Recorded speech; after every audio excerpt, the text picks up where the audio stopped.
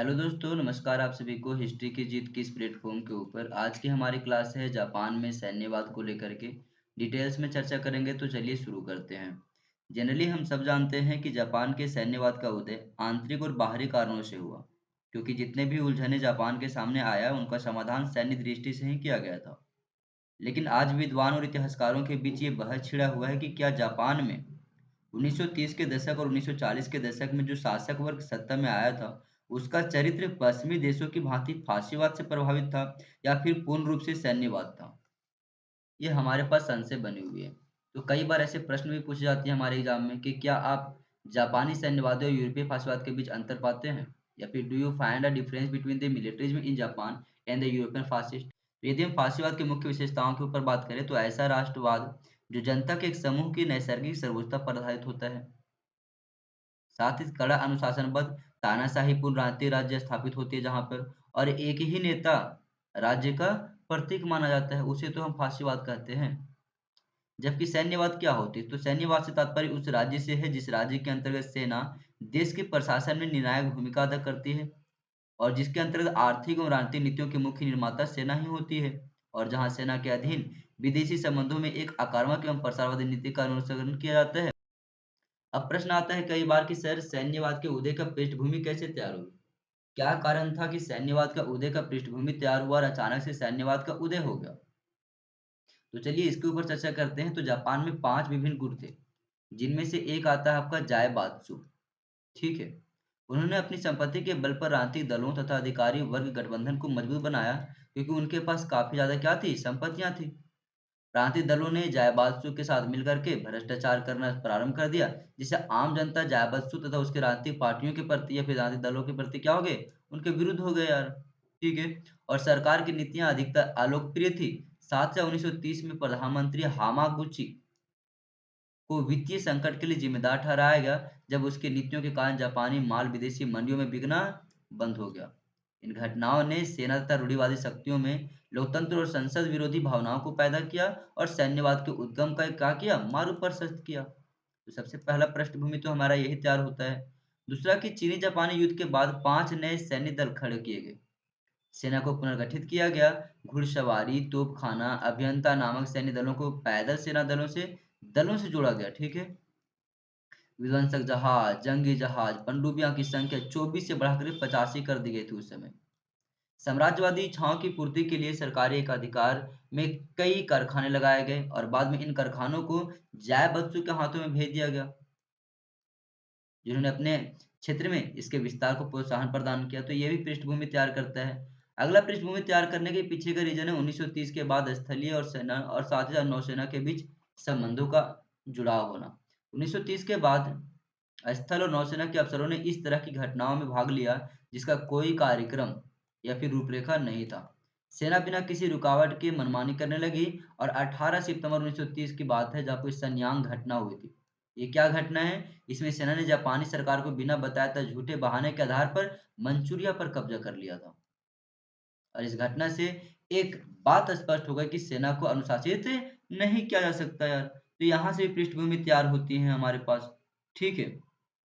आगे यदि हम बात करें यहाँ की पृष्ठभूमि तैयार होने के बाद, तो जापान के रूढ़िवादी बुद्धिजीवियों का मानना भी था कि योद्धाओं को समाज में आगे आना चाहिए। समाज में विशेषाधिकार योद्धाओं और कृषकों को प्राप्त होना चाहिए, ये ना कि व्यापारियों और राजनीतिज्ञों को। मतलब कि जो ऊंचे ओहदे हैं वो किसको मिलना चाहिए हमारे पास, तो योद्धाओं और कृषक वर्ग को मिलने चाहिए। उसी समय एक आता है आपका यामागाता आरितोमा। यह एक जापानी नेता थे जो चाहते थे कि योद्धा मूल आम लोगों के जीवन में प्रवेश कर जाए, और उन्होंने या फिर कहे तो सरकार की केंद्रीय प्रणाली स्थापित करने में योगदान दिया और अपने सहयोगियों के साथ मिलकर अनिवार्य सैनिक सेवा प्रणाली को स्थापित किया।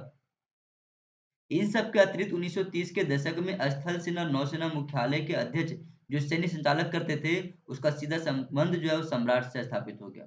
अब यह प्रधानमंत्री के सामने उत्तरदायी नहीं रह गए थे। इस प्रकार से सैन्य मुख्यालय एक अलग प्रकार की सरकार बन बैठा, और मेजी संविधान ने सैन्य मुख्यालय को स्वतंत्र रूप से काम करने के लिए कानूनी तौर पर मान्य कर दिया। और इस दस्तावेज की धारा 11 में कहा गया है कि सम्राट को स्थल और नौसेना पर सर्वोपरि अधिकार प्राप्त है, और धारा 12 के अनुसार सम्राट सशस्त्र सेनाओं का संगठन और उनकी संख्या निर्धारित कर सकती है। इन सभी तरीकों ने क्या किया, जापान में सैन्यवाद का पृष्ठभूमि तैयार किया। साथ ही इन सभी के अतिरिक्त जापानी जनसंख्या में प्रतिवर्ष 10 लाख लोगों की वृद्धि हो रही थी। इससे अन्न-पूर्ति की समस्या भी उत्पन्न हो गई थी और अधिकतर नेता मानते थे कि सेना ही जापानी समस्या का समाधान कर सकती है। 1930 के बाद उन सभी नेताओं को जो अंतर्राष्ट्रीयवाद का समर्थन तथा सैन्य समाधानों का विरोध करते थे, सरकार के बाहर कर दिए गए। 1930 के दशक तक जापानी गणतंत्र आंदोलन भी बेकार हो गया था। लोकतंत्र की दिशा में चल रहा आंदोलन असफल रहा और संसद अपने ही दल को छोड़कर के विरोधी दलों में शामिल हो गए। राजनीतिक गुट शक्तिहीन हो चुके थे और 26 फरवरी 1936 को सेना के प्रथम टुकड़ी के युवा अफसरों ने सरकार के कई उच्च अधिकारियों का कत्ल करना प्रारंभ कर दिया। मध्य टोक्यो पर कब्जा कर लिया गया और प्रजा को इस बात पर राजी कर दिया गया कि राजनीतिज्ञ गैर जिम्मेदार तथा भ्रष्ट थे। इस प्रकार से सैन्य विरोधी भावनाओं को जागृत मतलब कि आपका कहे तो लोकतंत्रवादी भावनाओं को विरोधी बना करके जापान में सैन्यवाद का विकास होता है। तो चलिए इसके कारणों के ऊपर हम चर्चा करते हैं। तो कारणों में सबसे पहला कारण माना जाता है सैन्यवादियों की महत्वाकांक्षा। ठीक है। अब सैन्यवादियों की महत्वाकांक्षा क्या थी? तो जापान में सैन्यवादियों के उत्थान का एक महत्वपूर्ण कारण यह था कि वे जापान में फैली अशांति पर नियंत्रण पाने में सफल रहे।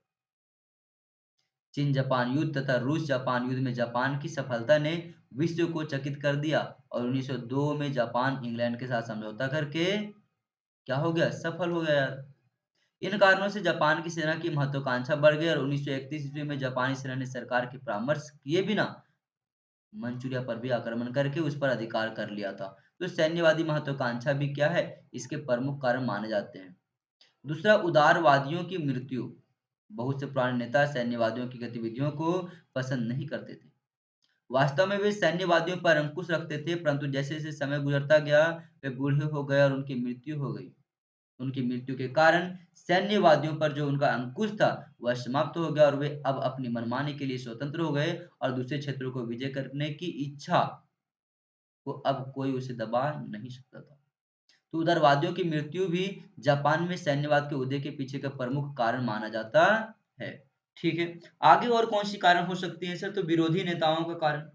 जापानी संसद के सदस्य, उच्च अधिकारी तथा मंत्री परिषद के सदस्य सैन्यवादियों के घोर विरोधी थे। अपने इस विरोध के कारण ही वे सैन्यवादियों के आतंक या फिर के आतंक का निशाना बन गए। जापान में सैन्यवादियों का विरोध करने वालों में शिक्षक तथा पत्रकार भी शामिल थे। सरकार के वे सदस्य सैन्यवादियों का विशेष रूप से विरोध कर रहे थे, जो सरकार की वित्तीय व्यवस्था को लाभान्वित या फिर भली-भांति जानते थे। देश पर पहले ही ऋण का भारी बोझ हो चुका था, अतः वित्त मंत्री ने सैन्य खर्चों में कटौती करने की सुझाव रखी और जापानी सेना इसके लिए तैयार नहीं थी। अतः उसने विरोधियों को अपना निशाना बनाया और जापानी सेना में 1931 ईस्वी में बैंक ऑफ जापान की हत्या कर दी। मतलब उसके जो चीफ थे उनको हत्या कर दिया। अगला कारण माना जाता है आपका जो कि नाज़ीवाद और फासीवाद के प्रभाव को।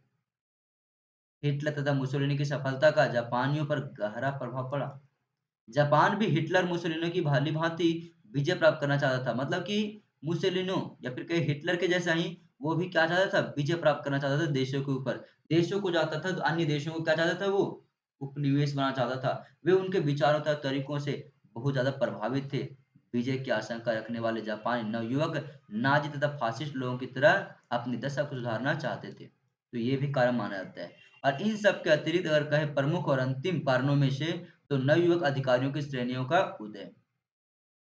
जापान में नवयुवक अधिकारियों की एक नई श्रेणी का उदय हुआ। इन लोगों का संबंध जापान की कुलीन श्रेणियों से नहीं था। यह नवयुवक अधिकारी अपनी शानदार विजयों द्वारा समाज में स्थान बनाना चाहते थे और उन्हें सैन्य नेताओं का समर्थन प्राप्त था। इस प्रकार से कई सारे कारण जो हैं वो सैन्यवाद के उदय के पीछे के कारण माने जाते हैं या फिर जनक माने जाते हैं।